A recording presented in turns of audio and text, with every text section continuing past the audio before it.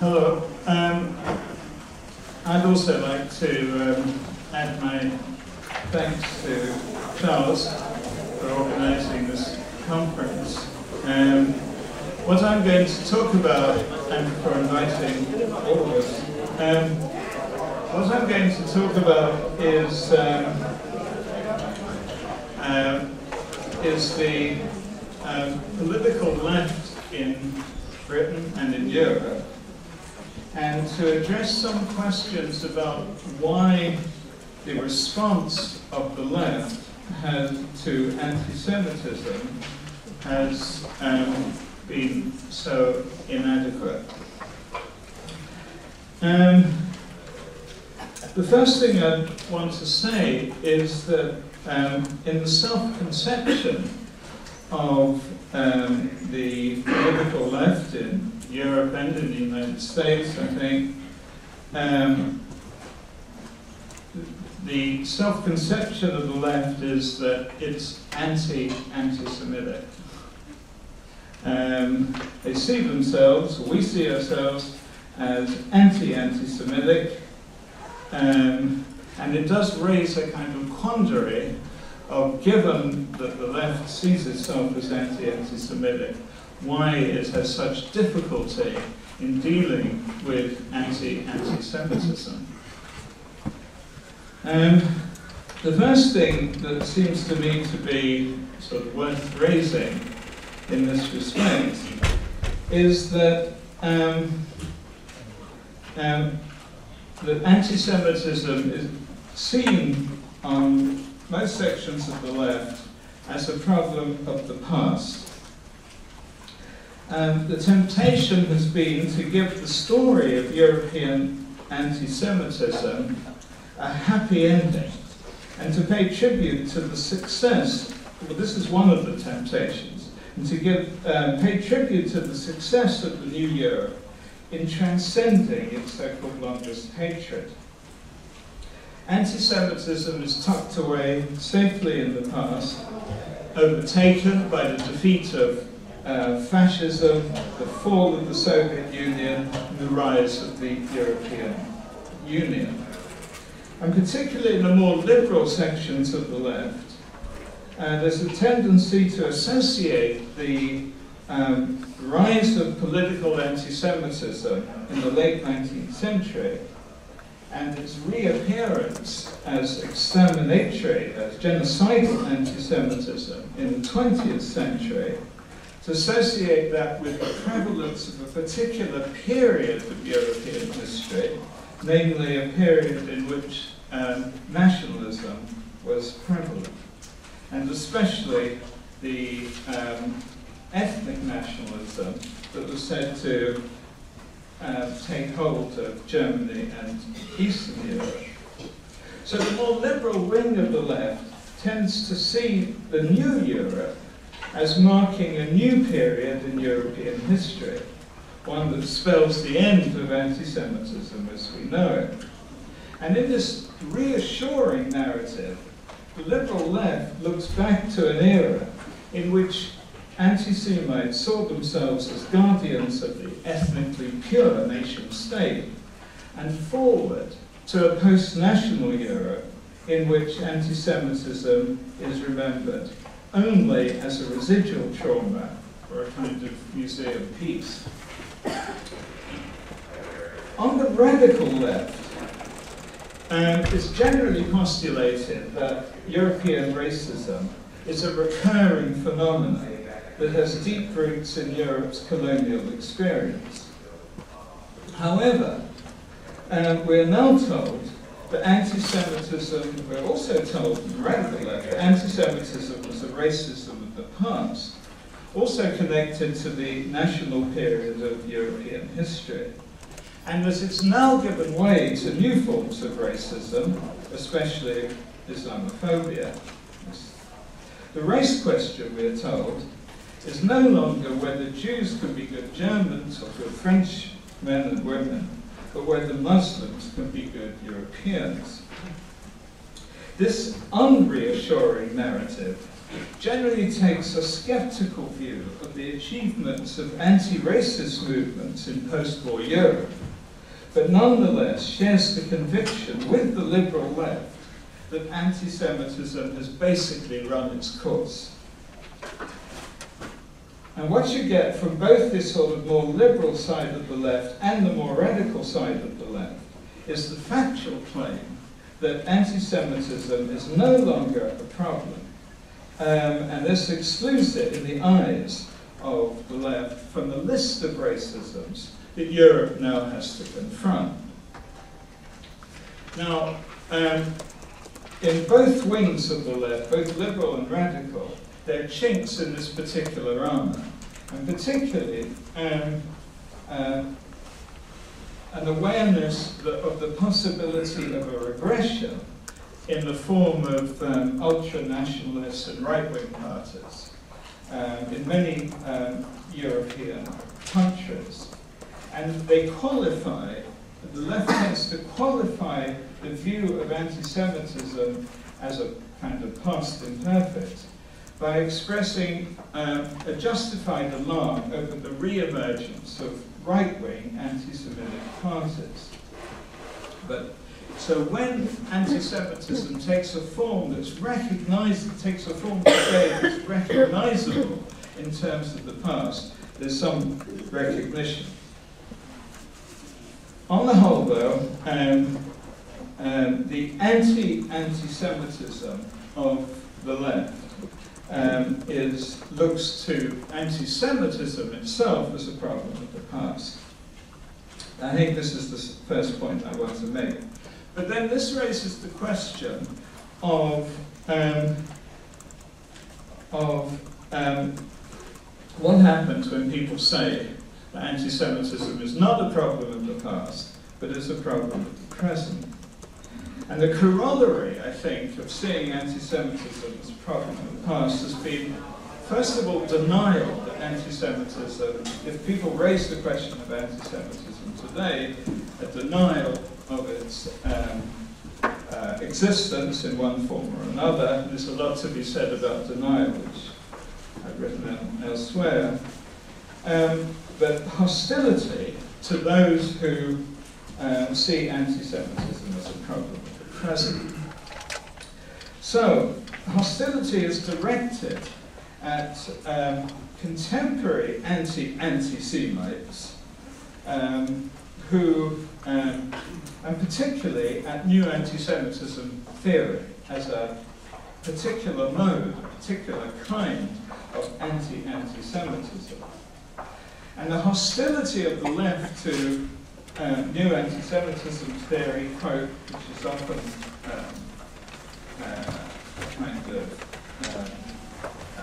all-embracing category to fix what they, to conceptualize what they don't like.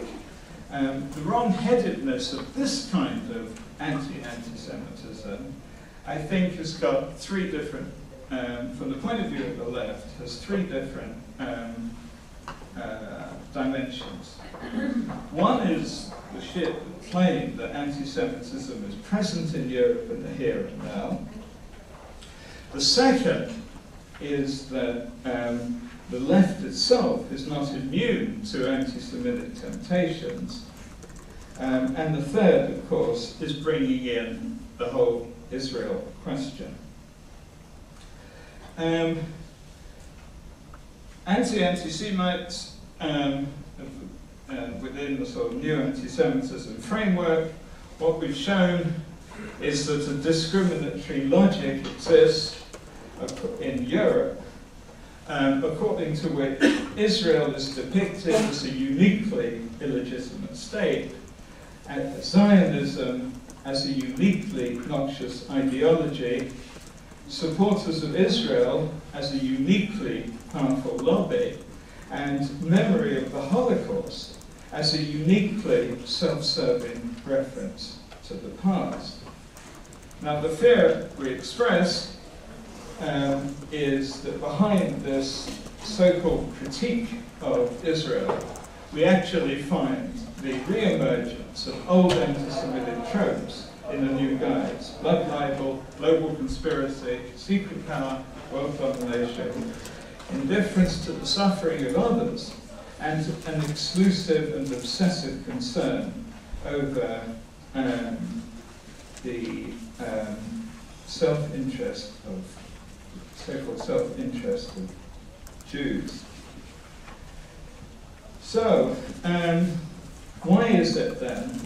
I mean, you'd expect an anti-racist left to say, okay, this is another form of racism which we have to deal with. So why is it that the left critics, who also declare themselves to be anti-Semitic, consider this particular form of anti-Semitism so unacceptable? And let's just go through descriptively some of the reasons that are given. This is by no means exhaustive list. First, yeah. Could you just briefly redefine anti-Semitism?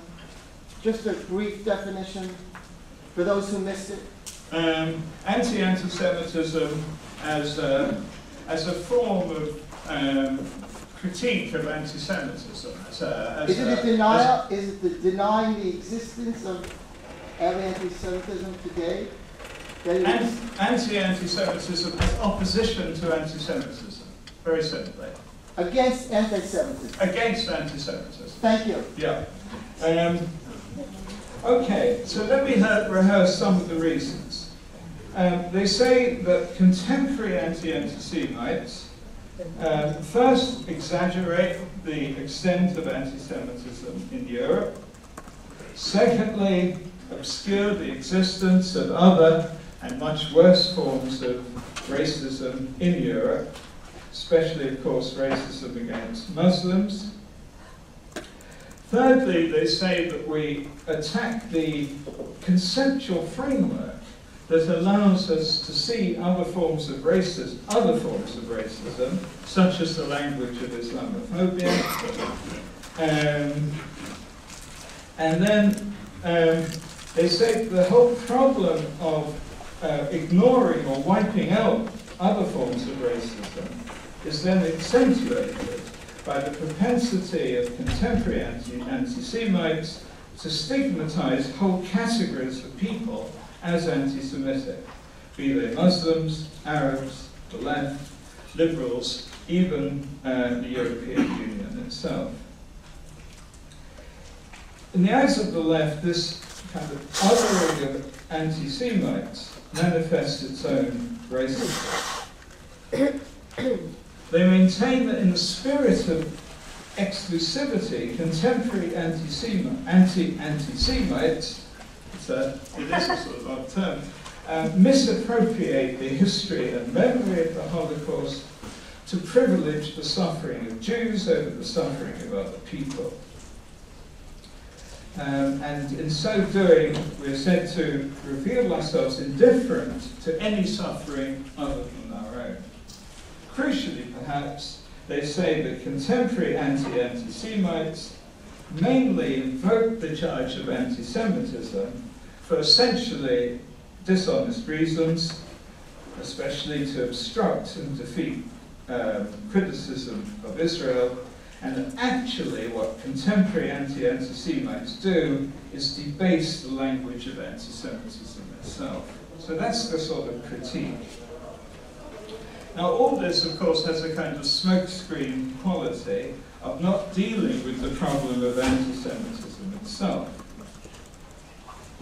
The first thing I would say about this left critique of anti-Semitism is that, morally speaking, the universal principles it advances are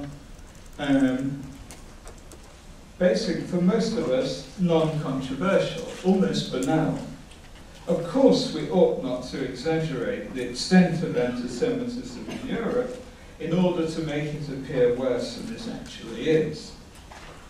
Of course, we should not stigmatize whole collectivities or peoples as anti-Semitic, be they Muslims or Europeans, or indeed the left. Of course, we should not privilege the struggle against anti-Semitism to the exclusion of that against other forms of racism. And of course, we should not deploy the Holocaust to wipe out the sufferings of other people. Of course, we should not use the charge of anti-Semitism to provide a dishonest defense of Israel. And of course, we should not devalue the coinage of the word anti-Semitism by overusing or abusing it.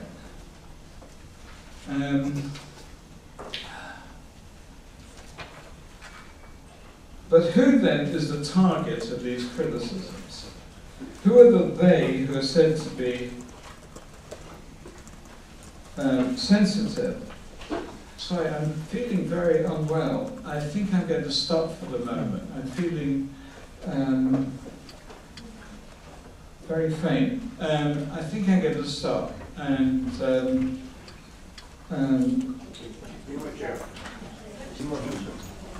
I'm David Hirsh. I teach sociology at Goldsmiths in the University of London. And I want to talk a little about, actually not what most of this conference has been about, which is things that happen in the Middle East, things that happen within predominantly Arab or Muslim states. I want to talk more about what happens in Britain and in Europe and in my world. My world is, I'm a sociologist. I read the Guardian newspaper. I'm a member of my trade union. I come out of the left. I'm still in the left. And I want to talk about anti-Semitism in that world. Now, first thing I want to say is this. One can sit down with a bunch of activists or scholars who are thinking about the Palestinians and who are rightly concerned about Israeli human rights abuses against Palestinians and who are rightly, in my view, concerned about the occupation of the West Bank and of Gaza. And one can sit with them and one can explain, one can go through some of the ideas, one can explain why a boycott of Israel and nobody else may be anti-Semitic or may be anti-Semitic in effect, and one can explain that they should avoid blood libels, and one can explain that they should avoid conspiracy theory, and then somebody's likely to put their hand up and say, I can understand that. I can understand that one should avoid anti-Semitism, but how can one really hurt them? And it seems to me that that wish, that hunger to prevent Israel from getting away with something is quite a remarkable phenomenon. I want to start by, I want to make a number of points. I'm here and there, and I don't want to repeat everything everybody's said. One of the facts about the world we live in is that racism and racist discourse, including anti-Semitism and anti-Semitic discourse, is usually difficult to spot.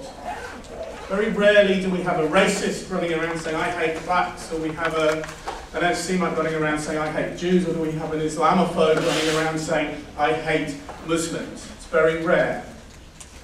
So it's a fact of the world in which we live that one has to use judgment and knowledge and experience to find and to see racism. And I include anti-Semitism. Anti-Semitism is very rarely obvious, and one needs to be able to apply criteria and judgment to find it and to recognise it. And it's evidently highly contested where it lies. And there's another fact about the world in which we live, is that the important problem isn't necessarily in whether this or that particular claim or this or that particular act or this or that particular speech is racist or anti-Semitic. Because what I'm interested in is I'm interested in a discourse in which every element may be anti-racist or anti-Semitic, yet which can as a whole in effect, be racist or be anti-Semitic, or have racist or anti-Semitic effects. So we're living in a world where racism and anti-Semitism is sometimes difficult to spot. And we might, in this conference, think anti-Semitism is very easy to spot, but I'm here to tell you that most people around the world find it very difficult. And conversely, I suspect many people might find other forms of racism and bigotry difficult to pin down and to spot. And this is a battle over discourse, it's a battle over ways of thinking. In Britain, it's not a battle on the streets, anti-Semitism. Jews are not at threat in the street. Jews are not a threat from being excluded from British society. Jews are not a threat from being excluded from professions. There is no anti-Semitic party ready to take power. This is not a physical threat to Jews. The anti-Semitism we see in Britain is on the level of discourse. It's on the level of ways of thinking, and it manifests itself almost entirely around ways of thinking about Israel and Zionism. Excuse me, what about the number of attacks? Yes.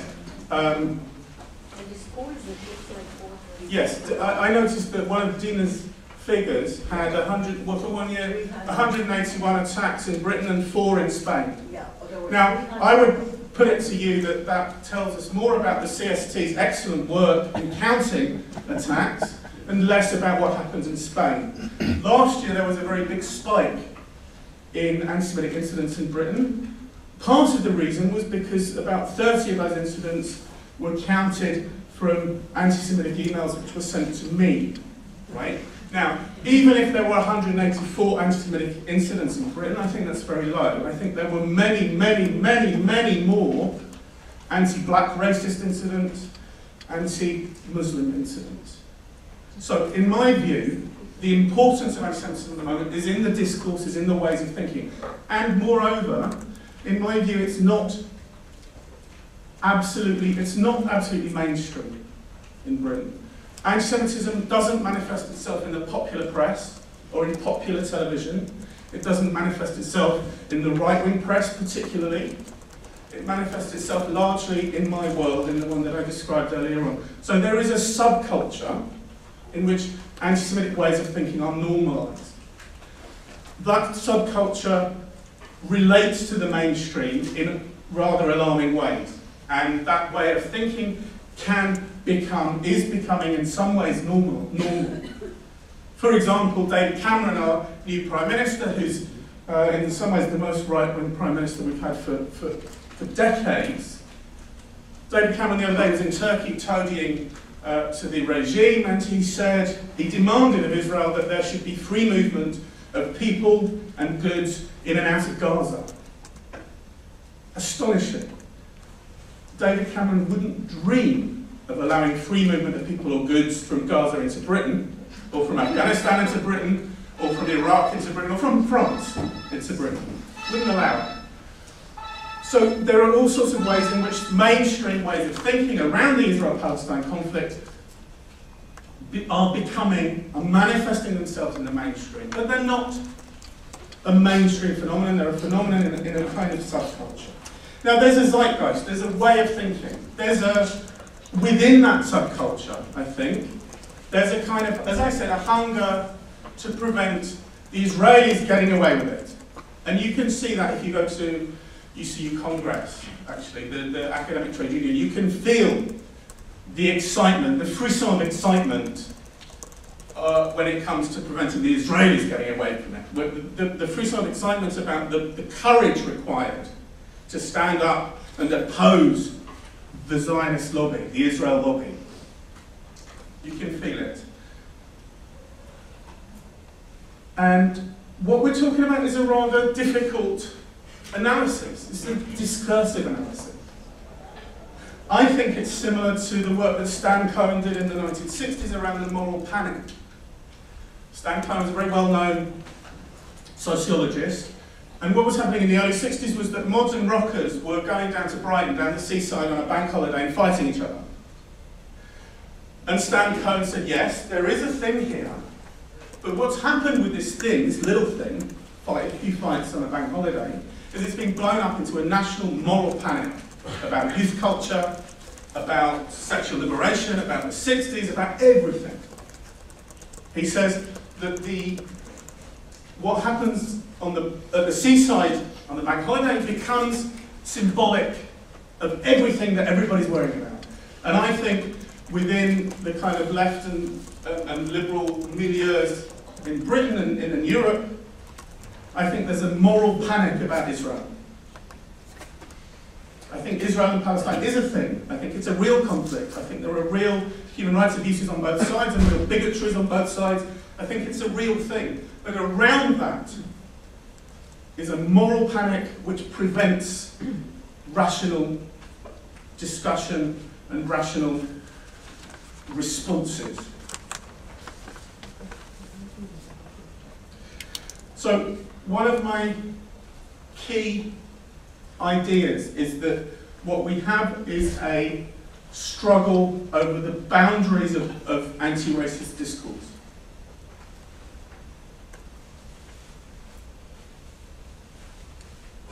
If you raise the issue of anti-Semitism in Britain connected to the Israel-Palestine conflict, you will be portrayed as somebody who is committing a faux pas, who is being vulgar, who is being unscholarly, who is putting his own Jewish interest before all, who is raising it illegitimately in order to silence criticism of Israeli human rights abuses. In other words, the very act of raising the issue of anti-Semitism is very often, in quite subtle ways actually, pushed outside of the boundaries of polite anti-racist discourse. Conversely, of course, when we characterise something as anti-Semitic, if we say a boycott of Israeli academics is anti-Semitic, what we're doing, quite consciously, is we're saying this is not only mistaken, but the debate itself belongs outside of the boundaries of rational and anti-racist discourse. It's not that the boycott is wrong, it's that the question is a racist question, is an anti-Semitic question, and ought not to be asked. And when the question is asked, and when the discussion is had, it brings with it all sorts of anti-Semitic ideas and exclusions. The Union Congress in Britain, the Union of the Academics, at the Congress now there is no Jew left willing or able to oppose the idea of boycotting Israeli academia. The Jews have been pushed out, they've been bullied, they've been just made to feel it's not worth the bother, and some of them have been excluded by bureaucratic means. When there's a debate at the UC Congress, which is sort of formally the representative body of British academics, there is no Jew there willing or able to oppose the boycott. There are many anti-Zionist Jews who are willing to say the boycott is a very good thing, the boycott is in keeping with Jewish ethics, we're in favour of the boycott, don't worry about anti-Semitism, but there are no Jews left. Okay. Now,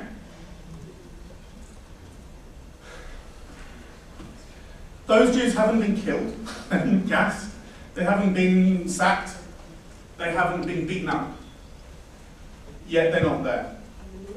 So here's an interesting thing. I was talking to a colleague from Holland.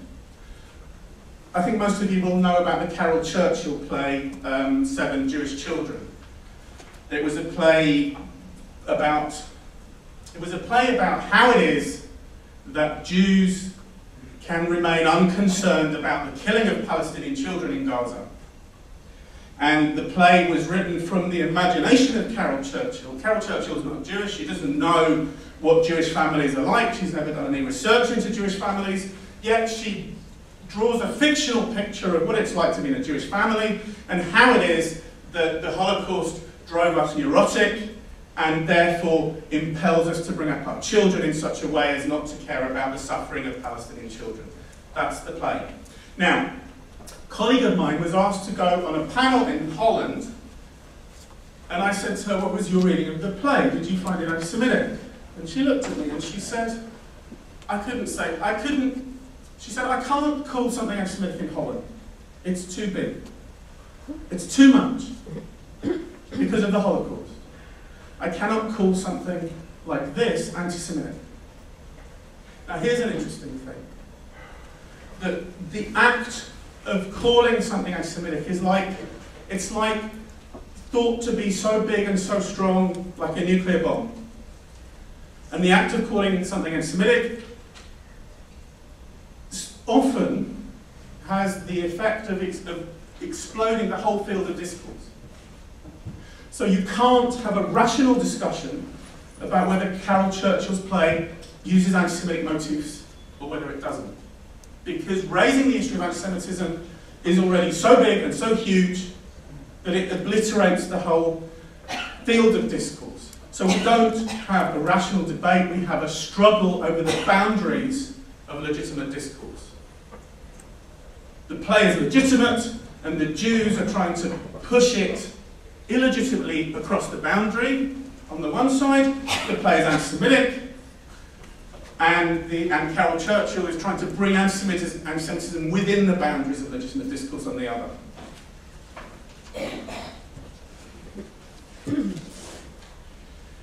The mechanism by which the raising of anti-Semitism is pushed outside of the boundaries of anti-racist discourse, I've called the Livingston formulation. Ken Livingstone, the Mayor of London, said this, and I quote, "For far too long, the accusation of anti-Semitism has been used against anyone who is critical of the policies of the Israeli government as I have been. You raise the issue of anti-Semitism, you do it in bad faith, right, has been used." Livingstone doesn't say by who, often the formulation doesn't say by who, but we know by who. So one element is this, is necessarily bad faith, right? Livingstone doesn't say to the Board of Deputies of British Jews, you made a mistake, I wasn't anti-Semitic to the journalist, you made a mistake, Karadawi doesn't support Hitler. He doesn't say that. He says, you do this in bad faith in order to delegitimize my opposition to the Israeli government. So bad faith, but also a conflation of criticism of the Israeli government with embracing al-Qaradawi or with, a little drunken spat with a journalist. Now, interestingly, it's perfectly possible for people to respond to an accusation of anti-Semitism rationally. Yeah, people could simply respond to it. And, Livingstone could say, well, al-Qaradawi isn't an anti-Semite, or he could say whatever he wants to say, but he doesn't. What he does instead is take the discussion outside of the bounds of rational discourse with this formulation. I'm not going to answer you because you're doing this on purpose for other reasons. Astonishingly, the Livingstone formulation comes up again and again and again and again and again. If you Google it, you'll find my examples. I've just published this paper in an Austrian journal called Transversal, which I will put online, which gives, I think, I can't remember how many examples, 25 examples of the same formulation being used. It's perfectly possible for people to respond to an accusation of anti-Semitism rationally. It's astonishing how often this irrational response, this response which sort of smashes up the possibility of discussion, is used. For example, Carol Churchill responds to Howard Jacobson by saying, you're doing this, it's the usual tactic. How long have they got, Lars? We've got 20 minutes right now, so like, we had 5 minutes. Okay. So, moving on to a point which I think is very important, is this point of intentionality. As I said before, sociologists of race and racism, anti-racist and activists are very, very comfortable with the idea that racism is usually not a product of the hatred of blacks or of Muslims or of Jews. It's not usually a product of hatred, it's usually a product of institutions and practices, of discourse. It's usually something which people deny and which people are not aware that they're doing. In Britain, 10 or 15 years ago, I can't remember when, 15 years ago, there was a landmark case where Judge McPherson judged that there was a problem of institutional racism within the Metropolitan Police. Everybody knew what that meant. It meant that there were practices and norms within the police force which led to racist outcomes for Stephen Lawrence in particular. Now, only the Police Federation, the kind of trade union of the policemen, said, "How dare you accuse my people of being racist?" Because everybody else understood that this wasn't an accusation of racist intent on the part of police. Nowadays, when you raise the issue of anti-Semitism in regard to Carol Churchill or to Judith Butler or to anybody else, they will insist on a very strongly intentional notion of anti-Semitism. Carol Churchill will look inside her own mind. It's great because we now have access to the perpetrator. It's me, right? So I can have a methodology which usually I can't use as a sociologist. I can look inside my own mind and I can find not only am I not anti-Semitic, but I hate anti-Semitism and I oppose anti-Semitism wherever I see it. So Carol Churchill looks inside her mind. She says, "I'm not anti-Semitic, therefore I don't have to relate to the argument. I have to explain why this malicious accusation is made." This is not how we normally deal with accusations of racism. Normally, we look at the argument. We look outside of ourselves, not inside of ourselves. We think about the parallels of the blood libel, about the history of boycotts and exclusions of Jews. We look at the history of Israel-Palestine and the Islamist movement and all of the stuff that we would normally look at, and we make a judgment. It's not easy. We might judge it wrong. But we make a judgment about what is anti-Semitic and what isn't. These guys insist that that isn't necessary. Why? Because they can look into their own hearts and say, "I don't hate Jews." And they don't. End of discussion. So those twos and throws of intentionality are very, very interesting. I'm going to leave it at that. Hopefully we might have a little time for discussion. And I'm sure I've been unclear with various things, and people can ask me and test me.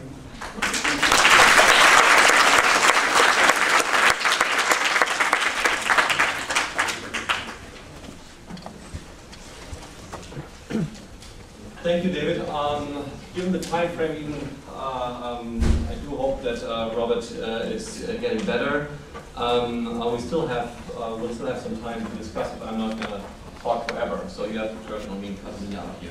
So, my name is Lars Rensmann. As you can see from the PowerPoint, I teach political science at the University of Michigan, and I tended to talk about the radical right. It will not be so much about the radical right. I tend to talk about the radical right because at times we forget that there is still a quite strong alive radical right in Europe that is in fact mobilizing anti-Semitism, and it's part of the problem I want to address today, that even that in fact is very often denied in the European public.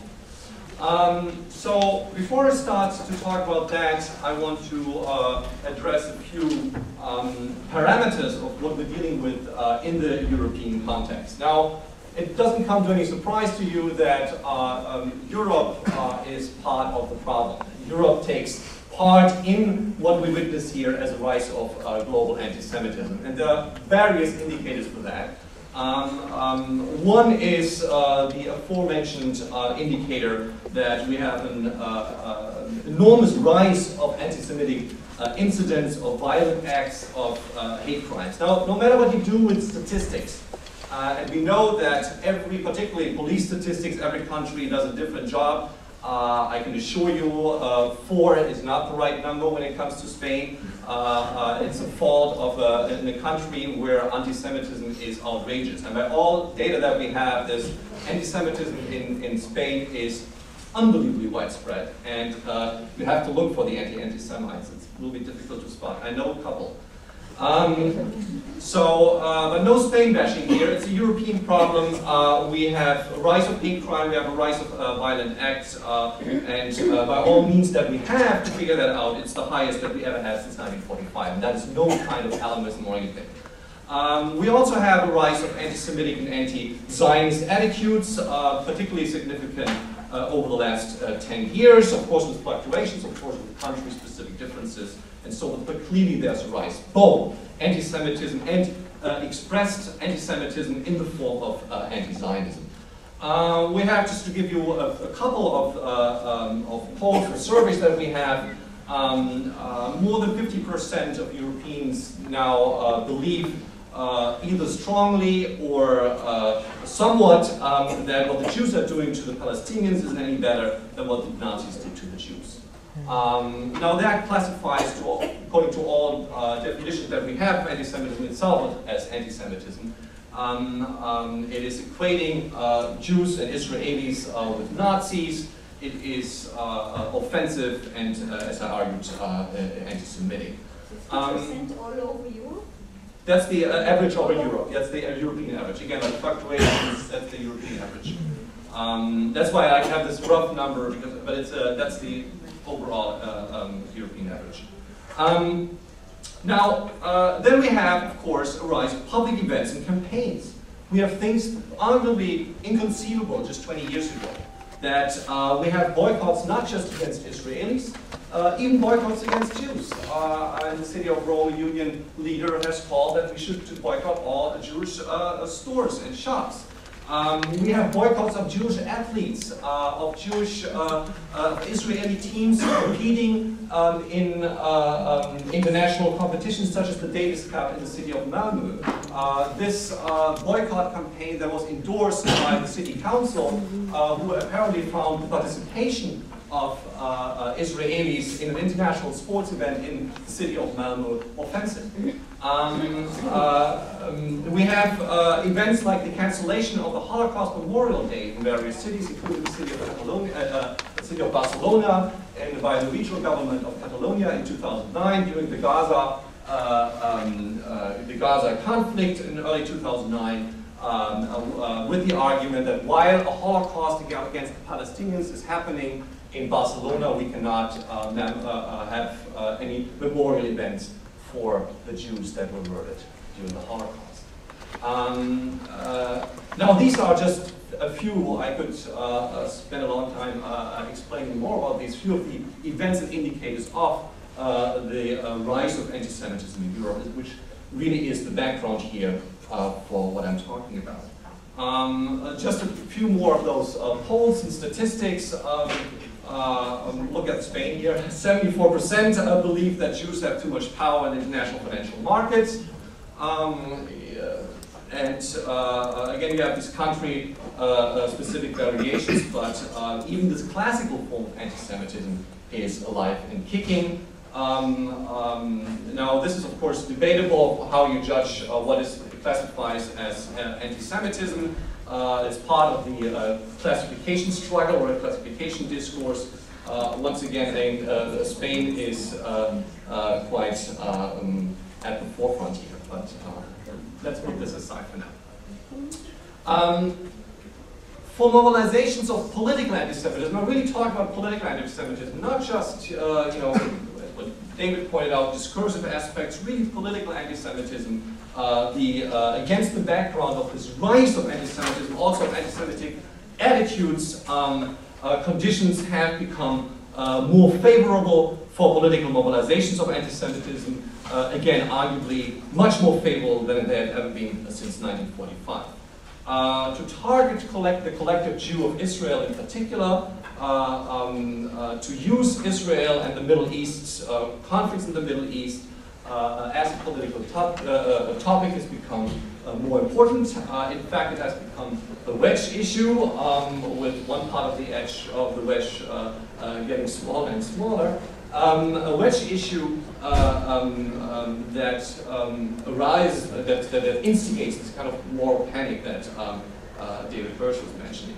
Another favorable condition, you might say, is the fact that there are globalization losers. I'm not talking about like the social, necessarily the social deprivation, but the subjective deprivation. People are unhappy, feel uneasy with globalization and modernization. And classically, just like during the first industrial revolution, in the second post-industrial revolutions, it's a classical anti-Semitic trope to blame the Jews for modernization effects and modernization crises. I'll get back to that in a few minutes.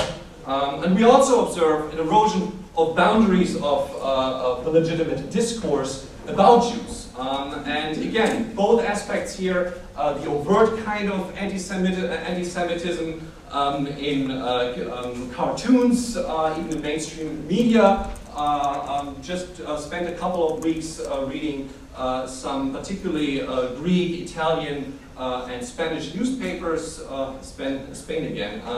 And you'll find the likelihood that you find anti-Semitic cartoons and even anti-Semitic statements, including interviews with David Irving in Mainstream, the second largest paper of Spain, El Mundo, for example. Anti-Semitism, anti-Semitic discourse becomes much more legitimate, even both in its blatant form, but also in its modernized variations. And both through the classical media and of course also through new internet media. Now, until recently, and that's something that David also pointed out, mainstream parties, by and large, have not used anti-Semitism to mobilize people. So this kind of mobilization of anti-Semitism, particularly by mainstream democratic parties, has been illegitimate. However, even in that case, as I have to qualify this, there are some, again, there needs to be some qualification. When I think about David Cameron, what he was doing in Turkey, I was wondering to what kind of audience he's appealing. Well, in a very subtle way, he didn't make an anti-Semitic statement, but he appealed to a certain climate here, and he was clearly, I mean, there's undoubtedly, as a conservative, newly elected politician, quite mainstream, I'd say, appealing to anti-Semitic sentiments, and particularly courting Turkey, which just at this point has become at the forefront of hostility against Israel and coalition building with state-sanctioned anti-Semitism of Iran.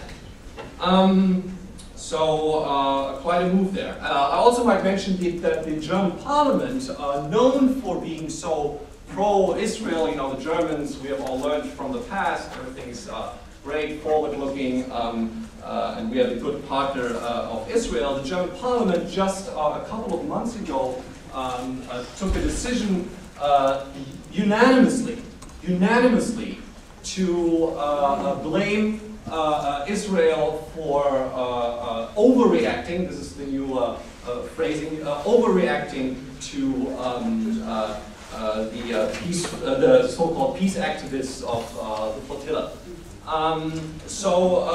Unanimously, from left to right, from conservative to liberal, from government to opposition, the entire parliament supported that declaration. Now again, this is not a case of anti-Semitism, of course, but usually this kind of unanimous decision on any topic whatsoever, let alone Iran or you name it, does not happen in the German parliament.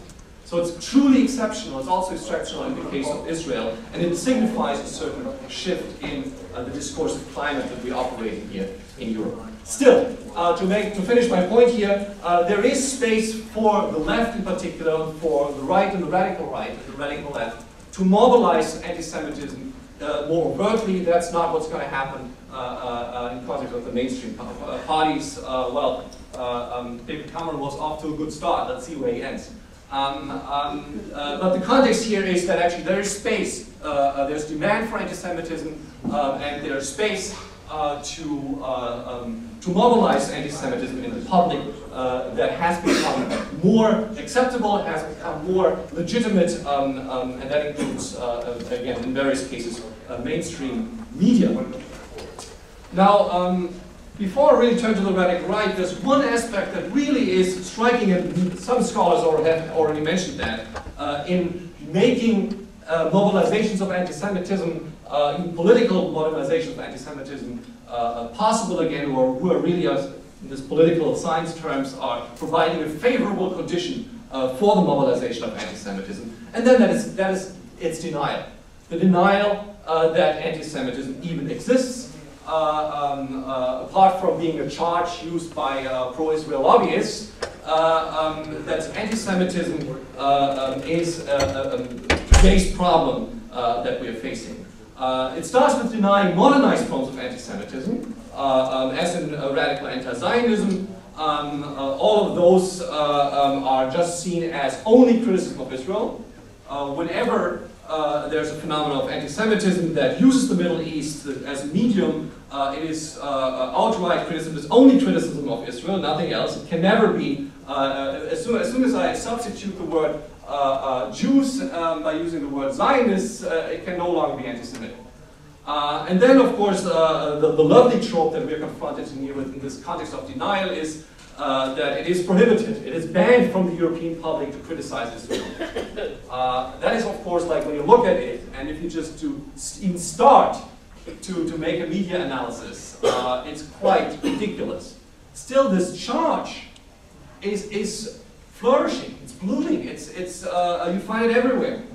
It's apparently, or our people argue that it's impossible to criticize Israel. Even if constantly by, even within mainstream media, the right of Israel to exist, the right to Jewish self-determination is denied. There's also something we have talked about here already, of course, the denial of Islamic anti-Semitism, both at home and abroad. We might see this in the context of what Robert Freund has called once inverse Orientalism, or resurging Third Worldism.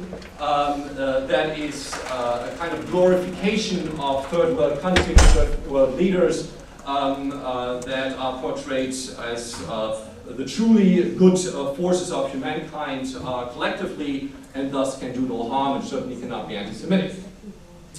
Now, to get to my point with the radical right, one strategy that I have encountered to delegitimize and demonize Israel, many strategies that there are, and actually in doing so, of course, also legitimate violence against Israelis and Jews. If you demonize and dehumanize Israel and Israelis, it becomes legitimate to act against them. If Israelis and Jews are Nazis, what do you do with Nazis? You fight against them. You resort actually to violence, and violence is legitimate. Now, one way to legitimize and demonize Israel is to associate it with fascism again and again and again. Just Google Israel and you'll run into these Nazi comparisons. And one way, of course, to associate it is today to associate Israel with then the radical right.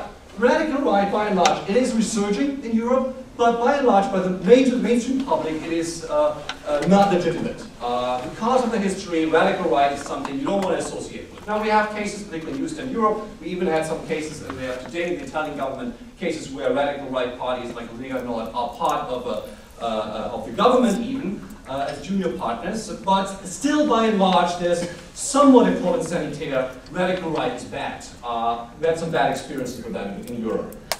So one of the moves that we've done recently is to associate not just Israel with Nazism, but actually those who show solidarity with Israel with the radical right. Generally to create this myth that the radical right is really on Israel's side. And that really gives us justification to attack it. Now, what I've looked at in my study here is that radical right is quite anti-Semitic and quite anti-Israel, explicitly so, increasingly so. However, the claim is, the denial is, that the European radical right is now anti-Semitic today, and has presumably become pro-Israel and pro-Jewish. One scholar, Martin Bunzel, claims it outright in a book and has given, as far as I know, talks at many Jewish centers here in America, claiming that Islamophobia has replaced anti-Semitism in Europe, which is quite along that discourse that David mentioned, and the radical right is now pro-Israel and pro-Jewish. Now, what examples does he give? He gives the example of the Vlaams Belang. The Vlaams Belang in Belgium, which tried to reach out to the Jewish community unsuccessfully, and launched anti-Muslim, anti-immigrant campaigns. The other example is that there is a Jew that works for the Freedom Party of Austria. Well, amazing evidence. I have some other evidence, and I analyzed the platforms and campaigns of radical right parties, and we see that really the Flamsbelang is the only party, radical right party of any relevance. I'm talking just about relevant radical right parties that actually compete electorally and have chances at times to enter local, regional, or national parliaments. And the only party is actually the Flamsbelang, where we don't find a high salience of anti-Semitism, anti-Zionism, and anti-Israel discourse. Now I have to see how much time do I have left. So we look at the platforms of the radical right. This discourse that associates the radical right with being pro-Israel and pro-Jewish is, of course, from all I could find out, wrong. In fact, the radical right increasingly uses and remobilizes anti-Semitism. For some times, the new radical right hasn't done so, but now it's increasingly focusing in its campaigns and political statements of Israel as an aggressor, the fight against imperialism, including, of course, American imperialism, and the Middle East. Of course, it also mobilizes against immigrants and Muslim minorities in many cases, but really it addresses these new global issues and in many cases uses anti-Zionist propaganda and ideologies in their campaigning.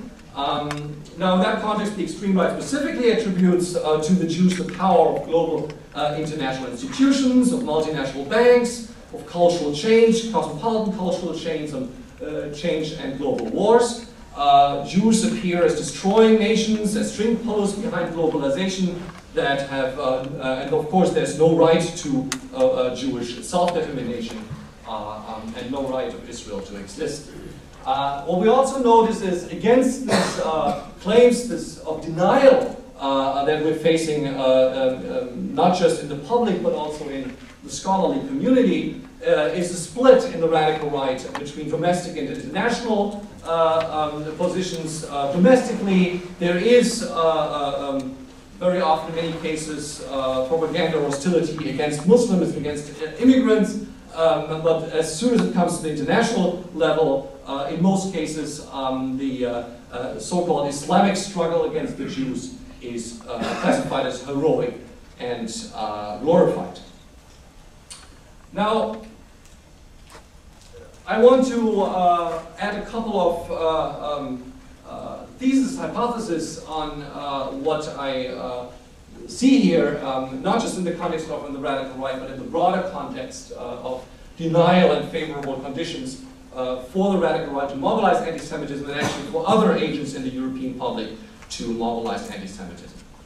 Anti-Semitism in Europe emerges today in multiple new publics, in multiple new contexts, and the radical right's reloaded political anti-Semitism that we find if we take a close look at across Europe, their platforms and campaigns, represents one, but clearly contrary to what some people, I think Robert Fine has pointed that out, say, only one manifestation of such political anti-Semitism. Anti-Semitism benefits hereby from a denial.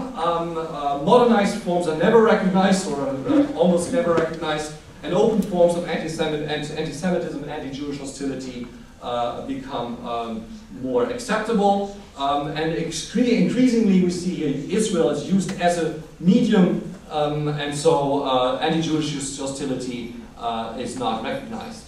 That is part of a process of changing discursive boundaries, in which it has become increasingly common in popular discourse to blame Jews in Israel for anti-Semitism. So if anything happens, it's the conflict in the East, Middle East's fault that makes people attack synagogues. It's just a reaction to actions of Israel and the Israeli military, just as even in the Middle East, in this interpretive scheme, even in the Middle East, anti-Semitism is, and terrorism against Israelis is just a reaction against Israeli policies and Israelis in Europe. Fourth hypothesis, the radical right's anti-Semitic political mobilizations with under slogans such as Stop Zionist Aggression are largely indistinguishable from those of the radical left. It's really difficult when you see how this modernized anti-Semitism movement in the radical right very often articulates itself and what kind of framing is used to attack Jews. And in many cases now, of course, we actually see not just an ideological convergence, but also even an organizational alliance. Again, think of the example of the flotilla, where German left-wing parliamentarians, together with martyrs and radical rightists from Turkey, Turkish nationalists together, entered the so-called peace activism. So this is part of an anti-Jewish ethnic nationalism in which the third world and third world peoples are glorified, but the Jewish state has no right to national self-determination.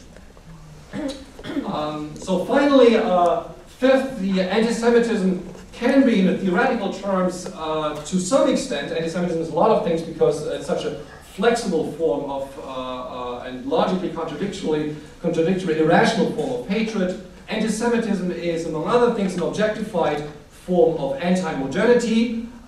It expresses and personifies a dissatisfaction, an unease within the global condition, an uneasiness in post-modernity, and particularly, of course, that becomes, you can see that it becomes very often more articulated when you add to this global economic crises.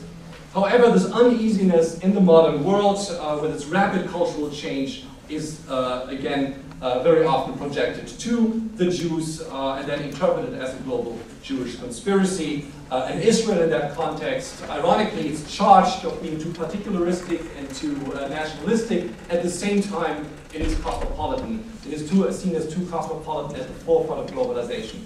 Logical contradictions, yes, abundantly so, but that is part of the nature of anti-Semitism. Contradictions don't matter. Finally, we can interpret some of the rising anti-Semitism in the context of post-colonial guilt projections.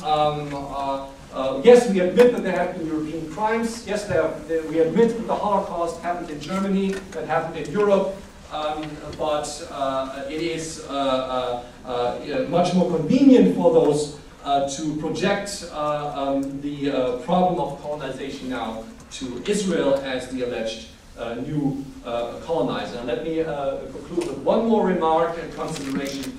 When we talk about cosmopolitanism, and of course traditionally Jews are identified with being cosmopolitan, it is forced upon them. It is forced. Jews in this discourse are not supposed to have any choice. And this is part of also many academic discourses who glorify this kind of image of the cosmopolitan Jew. It is forced upon Jews. Every country is celebrated as a nation state. Just think of the World Cup. But if a Ghanaian player, as it happened in 2006, hold up the Israeli flag because he played for that country, played for Ghana in that contest, but he played in Israel. He had a lot of sympathies for his friends in Israel. He was attacked by the Ghanaian Soccer Association and by all kinds of African and Arab countries, and certainly also within the European public. It's not legitimate. The one country that is not, or the one group of people who don't have the right to self-determination are Jews, so there's this kind of forced cosmopolitanism. Just these theses in addition to my descriptive analysis of the radical right, and I'm happy to also take questions. Thank you.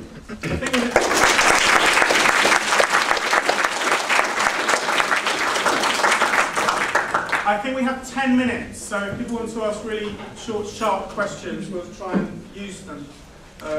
Somebody chair it. Dina, come and chair it. Ladies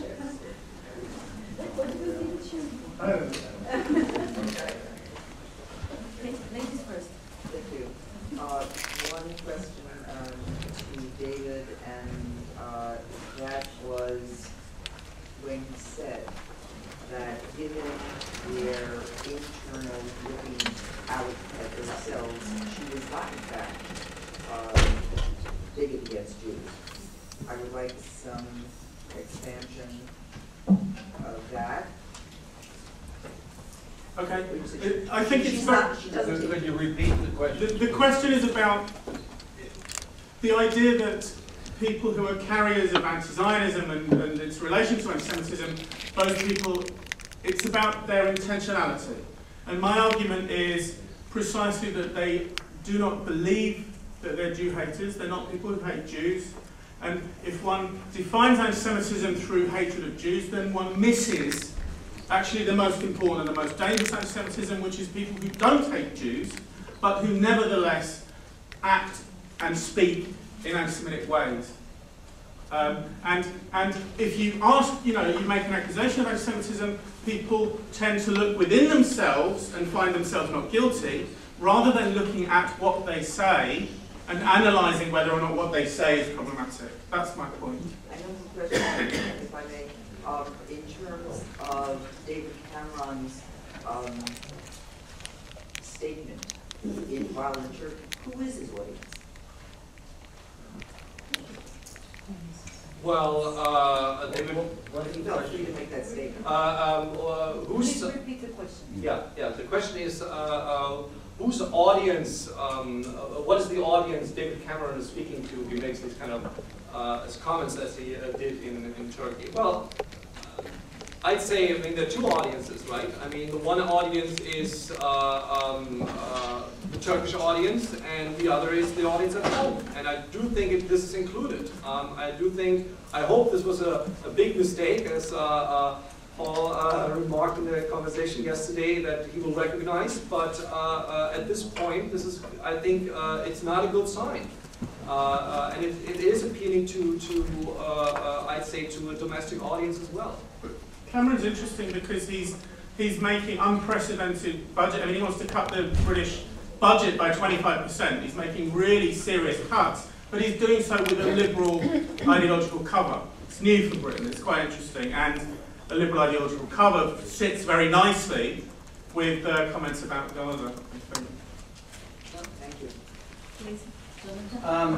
Questions for each of you briefly. Lars, can you unpack a little bit of your categories? I really don't fully understand what you mean by postmodern anti-Semitism. Can you talk a little bit more about the notion of Israel as the collective Jew, and whether or not you think this is a problematic formulation, or what you feel about that? Can you talk about whether there is some ways, and if it's important or not, to separate anti-Zionism from anti-Semitism? And post-colonial guilt projection. Could you say a little bit more about that? And then just to use that to connect to... I'm sorry. What you ask gives way for another lecture. And, we cannot allow that the time you ask 4 questions that begin with Abraham Avinu and and some of them were addressed, anti-Zionism and things. Perhaps you will address only the first one. Okay? Yeah, with postmodern anti-Semitism, I mean that it has become legitimate to make certain statements that have not been legitimate before. So it's basically just describing a certain condition. And part of this, in terms of content, is that you celebrate national identity. It's a resurgent third worldism, or as I call it, actually Robert Fine has called it, inverse Orientalism. You project basically something on the third world, glorify it, celebrate this different, cultural pluralism. Everyone is different, and it's celebrated actually collectively. But at the same time, of course, one collective is accepted from that rule, and that is the collective Jew of Israel. So one nation does not have a right, is not celebrated. We know that all nations have historical, the borders and boundaries of nations are historically arbitrary. You can see the Maoris are claiming being natives. Well, they came there 500 years ago and expelled the natives. I mean, you have all kinds of circles of life where this entire idea that there's an essential, existential essential border that has been given by God is contested, right? Boundaries are contested, states are contested, and so forth. But the fact is, like, only one country is delegitimized in its borders and its existence, and that's what I'm calling in this context. Like, there's a celebration of plurality, of plural nations, but at the same that fits apparently somehow nicely with the idea that one state doesn't have the right to exist as such. Just maybe briefly to the post-colonial guilt aspect. I think guilt is always like a strong motivational factor for kind of resentments. You know, no one wants to live with guilt. There's a concept of secondary anti-Semitism, particularly in the German context. Jews are blamed by their very existence, because of their very existence, for steering feelings of anti-Semitism. By their very existence, they're blamed for the memory of the Holocaust. The memory of the Holocaust is not something you like to, it's not an issue you like to remember. It's not that Germans love to just remember the Holocaust, right? It's kind of uncomfortable. And so if something's uncomfortable, you blame the messenger. And the messenger, Jews are seen as the messenger in many contexts. And that gets a different dimension in the European context, where the history of colonialism and colonization is also split out, projected onto, as I argued, to Israel. But I probably have to speak now. You will discuss it later. Yeah. David, your point about staying with home is really good. And I think the idea of Israel's moral panic moving into folklore is really where the action is for understanding people and the reaction to Israel right now.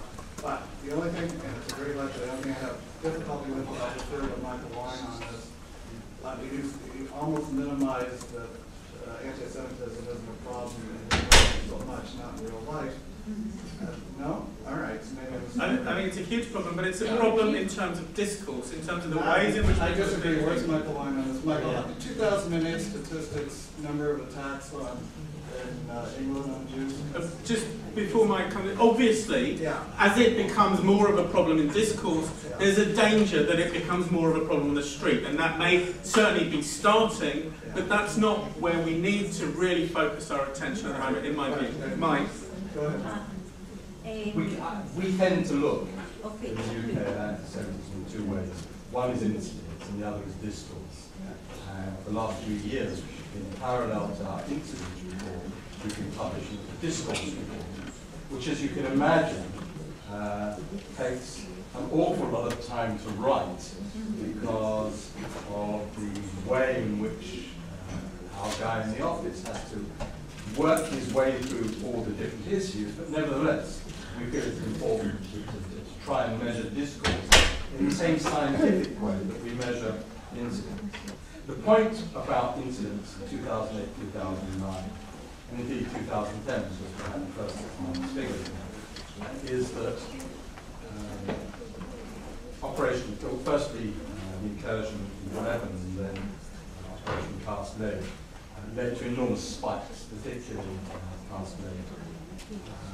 When the incidents started to decline, they didn't, as David mentioned, decline to the previous level, but remained at a high level. So we're seeing certainly a higher ambient level for anti-Semitism. The first 6 months of this year, we have recorded a figure that was less than the first 6 months of last year, but nevertheless higher than 2008, which I think proves that particular point. I would say that also that probably nobody belches in an anti-Semitic fashion in the UK, and we don't get to hear about it.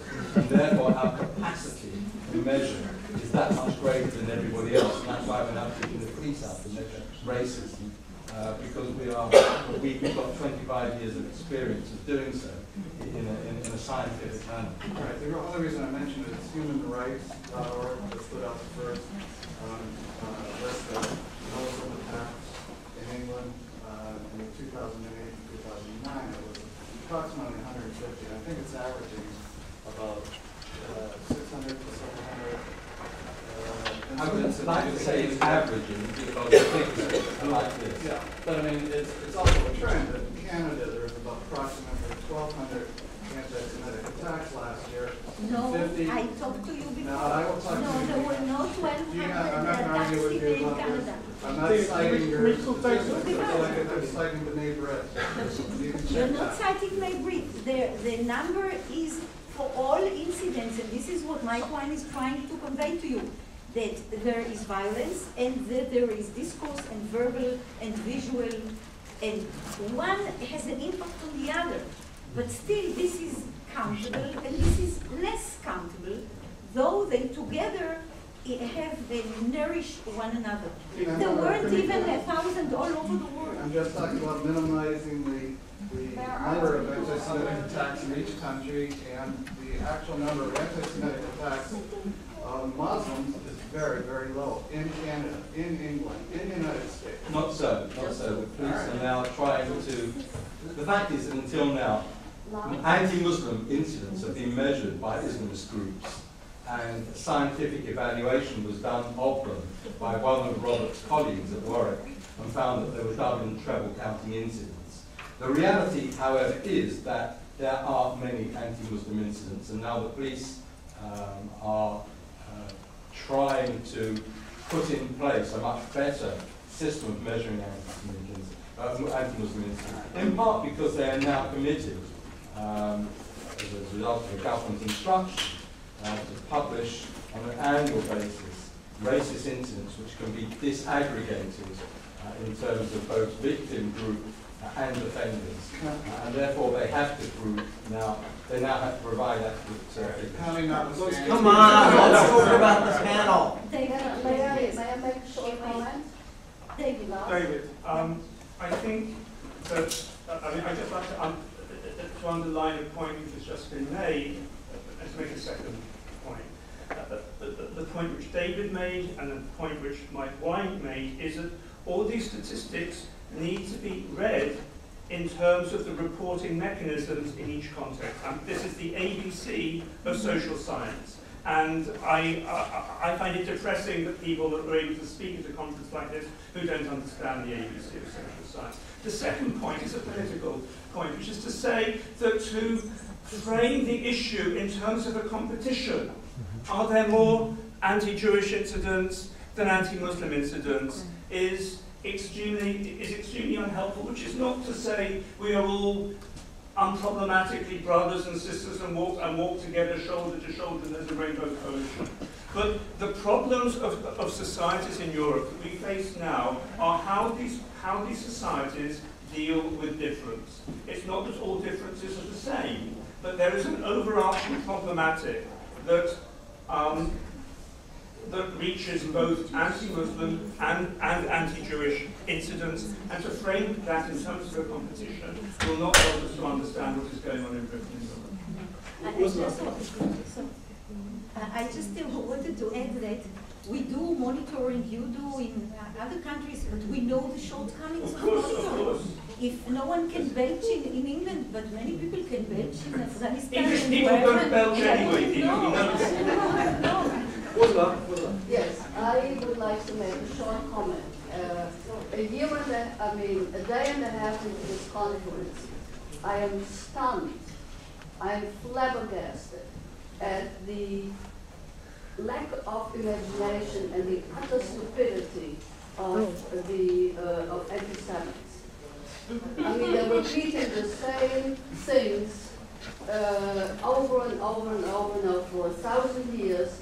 And what I'm trying to say is that Jews, as known as the people of the book and acquiring learning, we obviously see among anti-Semites there's a resentment that and an unwillingness to learn and to evolve. It's a new generation. They're preaching to a different set group of people who have not had the benefit of the previous generation's anti-Semitism. We wish anti-Semites were really stupid. Well, there is an assumption. because it's the same as this routine were ruled in the Middle East, and it sounds a little more sophisticated in Europe, but it really is same old, same old. Thank you. Can we give one last minute to the two speakers? Can I just say one thing, please? I want to make people aware of an initiative that we have got going in the European Sociological Association in Europe. Research Network number 31 of the European Sociological Association is a network which studies the sociology of racism, anti-Semitism, and inter-ethnic relations. It's organised by myself and Robert Fine and a number of people in Europe, and we're very proud of it as a space in which anti-Semitism can be researched and discussed seriously in Europe, and a space in which the relationships between racism and anti-Semitism can be discussed in Europe. And I just wanted to give people a heads up. The next conference is this time next year in Geneva. So if people are in social science or history or we're not bothered about disciplinary problems, but our research network is I think, something very, very interesting, and I would encourage people to find the call for papers, which we will be putting out, and to see if they can come to Geneva next year for the European Sociological Association. Thank you. One last one.